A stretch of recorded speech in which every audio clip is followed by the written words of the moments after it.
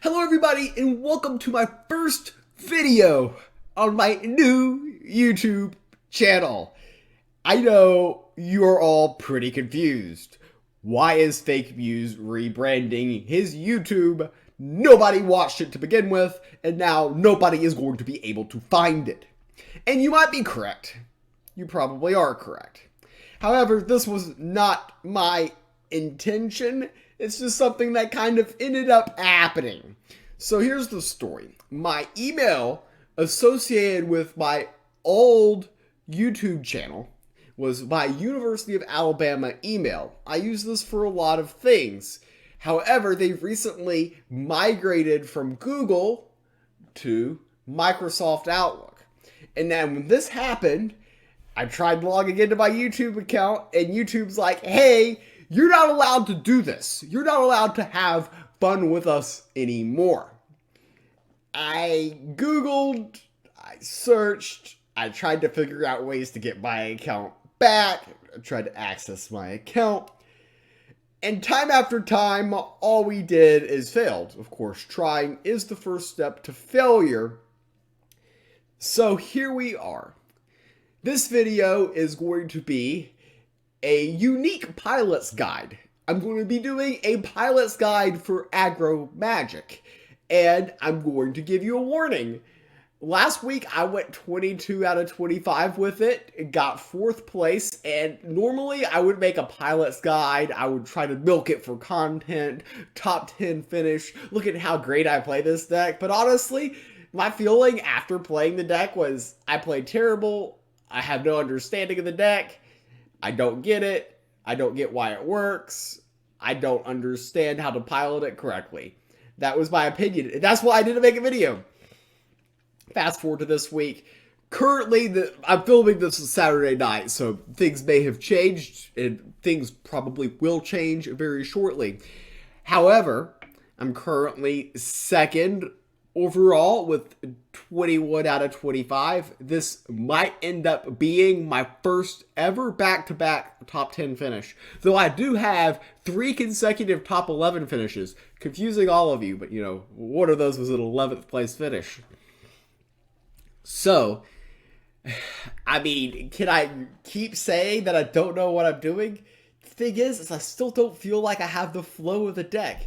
And that's what's going to make this pilot's guide unique. You're going to get my perspective for how to play a deck that I, even while making this video, don't quite understand completely. So this isn't necessarily the go-to masterclass of a deck. This is just, hey, I'm kind of working through this at the moment. Here's what I'm doing. And then maybe you can actually improve upon it and get even better results. I don't know. I mean, 22 and 21 in back-to-back weekend ranks. I'm very happy with those results. So please go ahead, subscribe to this channel if you haven't, and you haven't.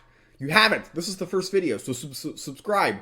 We need to get to 1,000. Even though my old channel didn't get to 1,000, this channel needs to get to 1,000. For those of you who follow me since my God's Unchained journey began, you know that my original Twitch channel was FakeMews 9. We got in a fight with Jeff Bezos, and then we rebranded. And here we're rebranding again. Anyways, I hope you enjoy this video. Make sure to like it, subscribe, tell... You don't have friends. Never mind. I was going to say tell your friends, but you don't have friends. Anyways, I hope you enjoy the video. Alright everybody, so the first part of the pilot's guide is we're going to go in and we're going to talk about the cards and the deck. So you might be asking, how do I build the deck? And unique, I normally build my own decks. I might get inspiration from other people, but generally they're my own ideas. I basically copied Mirage's deck and copied Sam Bam's deck, took out the cards I didn't like and put in cards that I liked without understanding how the deck worked. Threw it in to weekend ranked after 2 weeks of vacation with absolutely no preparation and went on a 22-1 run. Keep in mind, it was actually my backup deck that weekend. I thought I would be big-brained and play Control Nature. It lost the first 2 games, and then we ended up rallying off 22 of the next 23. That was my 4th place finish 2 weeks ago. So this deck is basically a combination of Mirage and Sambam. I'm not going to pretend like I created this deck myself, but I'm going to go ahead and talk through some of the key elements and some of the broken cards in the deck. And we're going to start off with Academy Apprentice. And this card is ridiculous. For 2 mana, you can generate up to 2 spell boosts. You can split it so that you have 1 spell boost one turn and 1 spell boost later. Very, very strong card. This is probably a part of the reason why this deck is currently broken. And I'll be honest, I don't think that this is going to last for very long. I'm expecting a nerf very soon. You might be watching this video right now and the card that we're highlighting is nerfed. I kind of hope that it is. But for now, Academy Apprentice in its current form, super, super strong. You have this, you can combo it with Tracking Bolt to sometimes be a board wipe. You can combo it with Unannounced Arrival. Unannounced Arrival is another key card. One of the most broken things you can do with this deck is put an Academy Apprentice with Unannounced Arrival. And the thing is this is Unannounced Arrival is just enemy creatures. So you get this with this, and then you've got a Crystal Rain that summons a 4-mana minion that you get to delve. So you play Academy Apprentice, you could play 2 of them, then you play Unannounced Arrival. You deal 3 to all of your opponent's stuff, and then summon a Highborn Knight. That exact scenario has happened with me multiple times. That just doesn't seem fair. It does not seem fair and balanced. So Academy Apprentice is one of the major cards. I'll talk about Pyramid Warden. It's cool early game. A lot of decks are no longer running Pyramid Warden tech because it's kind of fallen out of meta, so kind of sneaking this in. The more popular Pyramid Warden gets in the meta, the more people are going to start running anti-Pyramid Warden cards, and then the worse it becomes. But for now, I actually think it's pretty solid, and this is more of an aggro-based Magic deck. The one thing I want to point out with this is there's a lot of different ways to play Magic in the meta. I went with Magic because that's the one I felt the most... I went with aggro because that was the one I felt the most comfortable for. You can play this more of a control-oriented or more of a mid-range oriented. There's a lot of different styles of play that you can go with, but for this video, we're going to be focusing on what I consider the more aggro variant. And the reason why I call it more aggro is I've got the Ether Snaps. We're going to be playing for more of an early game. You see the deck curves out at 5, Unbound Flames being the finisher. We'll get that card a little bit earlier. And Dimension Door is a card that I question whether or not it should be in the deck. It does work very well with cards like Palace Wand, cards like Vortimore, cards like Ether Snap. It's just a cheap spell that you can play. Sometimes you get cost reduction on the card that you draw, so it kind of replaces itself mana-wise. Extra spell cycles through your deck quicker so you can draw your key cards. Form of Power. So Form of Power is a very interesting card, and it's interesting because of how it synergizes with Spell Boost. So we've got Academy Apprentice here, Echo Spell Boost. You play both Academy Apprentices, and now Form of Power does 4 to a minion and 3 to your opponent's face, all for 1 mana. It snowballs very effectively and synergizes very effectively with Spell Boost. And that's what makes Form of Power very special for this deck, is its synergy with Academy Apprentice. Shadow Scryers are just great early game minions. Solid Genesis card. Love the card. Blizzard Bolt, very flexible. It can go face, which is nice, as a lot of times you're going to get near to the end of the game and you're just going to be throwing stuff at your opponent's face. That's basically how the deck wins. You hope to get some damage in early with some of your early game minions. Some of the Ether Snap ideas, Chloris Room Moth, stuff like that. So you hope to get some chip damage in, but ultimately your finishing cards, you're going to have your Blizzard Bolts, your Worm Breaths, and your Unbound Flames. They're going to go straight to your opponent's face. So that is how you win the game. Dimitrios Playwright. This is a multi-functional card. Sometimes you can get multiple charges off of it. And you can draw, it can be card advantage, it can be additional face spell damage. Again, another card that synergizes well with Academy Apprentice. Even if your opponent, for instance, God Powers Demetrios the turn right when you play it, you might think they have accomplished something, but you both have spent 2 mana, and now you've got a 1 mana final draft that can get spell boosted by the Academy Apprentices. And it's a cheap spell, so the more spells you get off when you go off with these apprentices, the better. And a cheap Demetrios Playwright Final Draft is a great option. Palace 1, you can see from this deck that we've got 28 cards from the Magic Domain and 2 from the Neutral Domain. So Palace 1 can get out of hand. It's just one of those cards that you're going to play a lot of spells with this deck. You're going to play a lot of cards. So you're going to be able to draw more cards and then you can start playing them. It just helps you get through your deck. The card advantage of an early Palace 1. If you can get this out on turn 1, turn 2, early in the game, then usually you're going to win that game unless your opponent is running an Iron Tooth or a counterfeit and they draw it in time. Tracking Bolt, so this is more or less a board wipe. You combine this with Academy Apprentice, and oftentimes it can act as a board wipe. Obviously, it has flexibility to it. It can just be a direct damage to a minion as well. Vortimore, so the idea is that this is a minion that comes into play. You're going to play this usually at the same time that you're going to play a minimum of 1 spell the turn that it comes into play. That way you can draw a card. And then you're left with a 1/3 minion that your opponent kind of needs to deal with immediately because they don't want you to draw another card. They don't want you to snowball this and get a big attack in.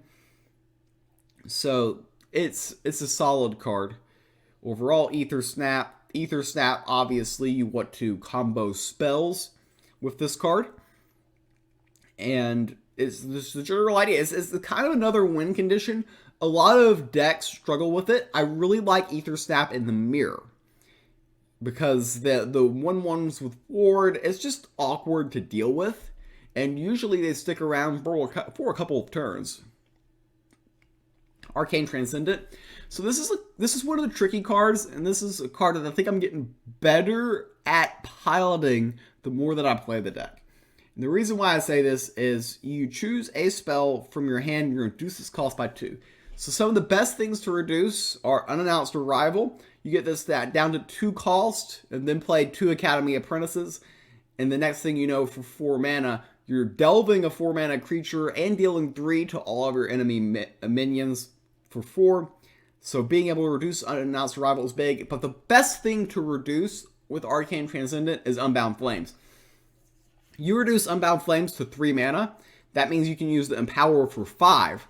And the Empower is usually going to do 5 damage to your opponent's face, and then 5 damage to all of the minions on the board. So it's effectively a board wipe and getting face damage in at the same time.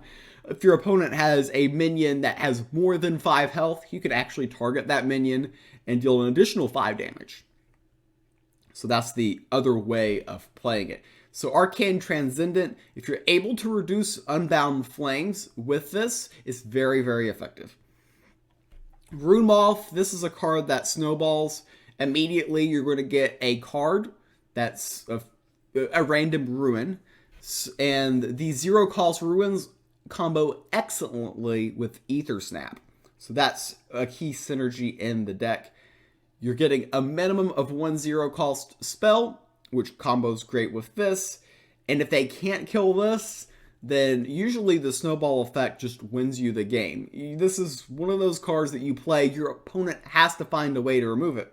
Usually they're going to spend a card to kill the Rune Moth. So in effect, it's card advantage. Speaking of card advantage, Cram, you spend 3 mana and 1 card, you draw 2 cards. Pretty simple idea. There's a lot of people running the new 3 mana 1/1 with Echo that draws a card. So for 4 mana, you're drawing 2 cards, but you're getting 2 1/1s. I played, and I believe both Mirage and Samban played that in their original versions, or at least one of them did. I play Cram because I like its synergy with Ether Snap. I also like the fact that it costs 1 less mana. It's just hard to fit in the card drawing. So I personally prefer Cram. Other people are playing the 3-mana 1/1 with Echo. I think functionality-wise, they're pretty similar. It might come down to your stylistic play. Announced Arrival. We talked about this already some, but the synergy with Academy Apprentice is absolutely insane. And it's just kind of a broken card. You're dealing damage to all of your opponent's stuff, and you're delving a creature. Usually, the fact that you're not just getting a random creature, you're delving, really increases the chances that you don't get something useless. So that's key. Warm Breath, face damage, usually face damage. It can act as removal for a minion as well in certain spots. But usually you're going to want to send these to the face. Same with Unbound Flames, though, empowered to the face. These are part of your finishers. You can obviously stack them with Spell Boost. So that's the basics behind the deck.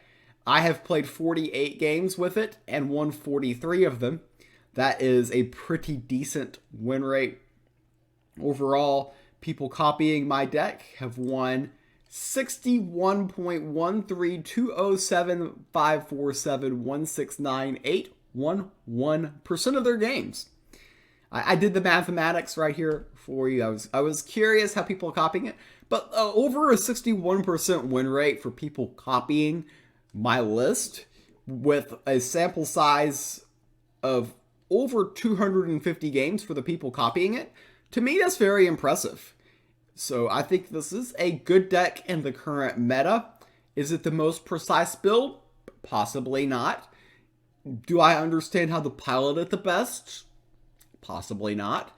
But I feel like this is a good build, and I have a good understanding. And I'm only saying that because I may have achieved back-to-back top 10s. So now, this is the deck explanation portion of the video. Now let's go look at a couple of games of what I think are key things to look for with this deck. The next game we're going to take a look at is a matchup in the Mirror. So our opponent's also playing Magic, a very similar deck to ours. This is a very important matchup to learn how to win. I'm going to go through the mulligan phase. I honestly disagree with some of what I did there. So, alright. We'll go back here. So we see here, we're going first. Always pick Mage Bolt. So I agree that that's not very useful in the opening hand.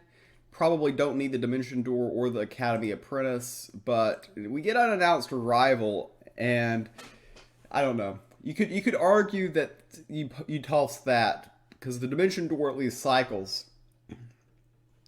But either way, we kept the Unannounced Arrival. It is a solid card. The most important thing in this matchup is to seize the board early. Get the early momentum. If you're able to seize the board early and get that early chip damage, then you're both flinging spells to the face at the end of the game. And if you got the chip damage, you're going to be ahead in the race. So we're going first in this game, which helps with that cause. And you see we've got a great start here. We've got a Shadow Scryer on board Pyramid Warden. And Pyramid Warden on 1 or 2 is just the best option that you have, because there's not much you can do. You see, now we're in an awkward situation in our hand, so we just play the Unannounced Arrival to get a random 4-cost minion. And we kind of low roll here, but keep in mind the minion I did take has an Afterlife, which does give me a Pharaoh's Heirloom, which isn't that valuable, but it is a card. So what we've achieved here is we've achieved the early initiative. We have the board now, and it's kind of awkward for them. They probably want to give up their Shadow Scryer, then kill my Pyramid Warden, which means my 3/2 and 1/1 are going to get additional hits on my opponent. You see them go ahead, Tracking Bolt, plus 4 power, so they get their Shadow Scryer back. However, we are still flinging points of damage to the face. We're going to go ahead, play Unannounced Arrival, get another 4-cost. So the Stygian Collector is tough because it obliterates a card from my hand when it dies, and they're very likely to have a Tracking Star Shard Bolt type of card. So I actually picked the Grand Hall. The 5 health makes it kind of annoying. It does either they use a spell on it, which is fine, or they are going to have to run minions into it, which is also fine. So they go ahead. They have their own unannounced arrival, which is not a surprise in the mirror match. Now we draw Voldemort, and the general idea here is whenever you play Voldemort, you want to draw a card. I'm worried about a second unannounced arrival, which is why I traded the Shadow Scryers. Mine was pretty vulnerable. Might as well just get it off the board. Arcane Transcendent, so we know that there's a lot of things they could reduce here, but the most likely is Unbound Flames. If they reduce the Unbound Flames, they can board wipe next turn. One thing to keep in mind, granted, they actually have the better board state now. It seems to be that way at least, because the Grand Hall, they've got the Shade Walker. The Shade Walker is the best minion for sure, but they haven't been able to get past the Grand Hall, which is now looking like an excellent keep off of the unannounced arrival. We go ahead and just start flinging damage to the face.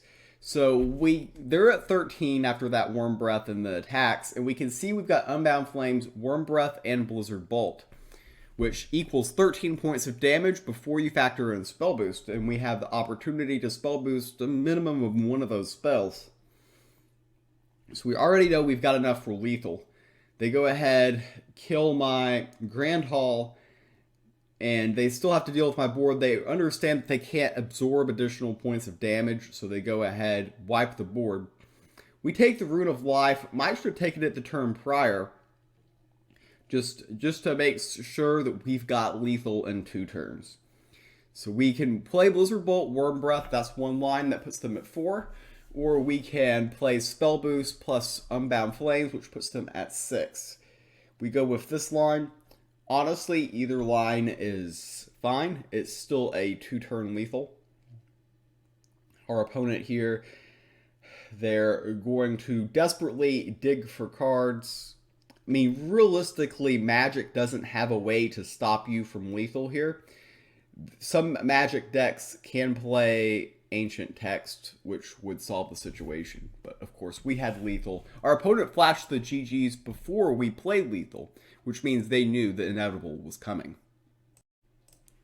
The first game we're going to take a look at is one of my games against Nature. Nature is going to be one of the most important matchups you play. You pick Mage Bolt in every single matchup. I'm going to be doing this at 2x speed. You can tell me in the comments whether or not you like this more or less. You see the mulligan phase, we go pretty quick here. We're looking for minions. We're looking for stuff like Pyramid Warden, which we did get. Unannounced Arrivals, another thing I like in this matchup. And if you can get Unannounced Arrival, then Academy Apprentice works very well with that as well. So that's what I was looking for in the mulligan. You notice I did mulligan away Aetherbugs. Some matchups I keep those, but Nature is not one of those. Nature, Aetherbugs are generally weaker in this matchup. Important idea here, you see here, we've got the Pyramid Warden, which protects the Rune Moth. That's a great synergy. It's difficult to kill the Pyramid Warden and the Rune Moth in the same turn. So you see there, I have the opportunity to cast the 3 spells because I high rolled on the Rune of Fire. I can board wipe my opponent, and that's exactly what I'm going to do. Is the longer you keep the Rune Moth on the board, the more free cards you generate, the higher chance you have of winning. So you see here, I high rolled the previous turn, getting the correct ruin. I get the incorrect ruin this time here. Our opponent goes wide. Whenever you face a nature deck and they go wide, you always want to remove as many minions as possible because they're highly likely to have Wildfire. So we're going to do it just exactly that. Remove a couple of minions. Debate here is whether or not to play the Rune of Life or not. I look at the Sanctum. See, the problem with the Sanctum is I have my opponent on Wildfire. My read is I think they have Wildfire. They're trying to set up Wildfire. So Card Shark and Fellow Tracker both die to Wildfire.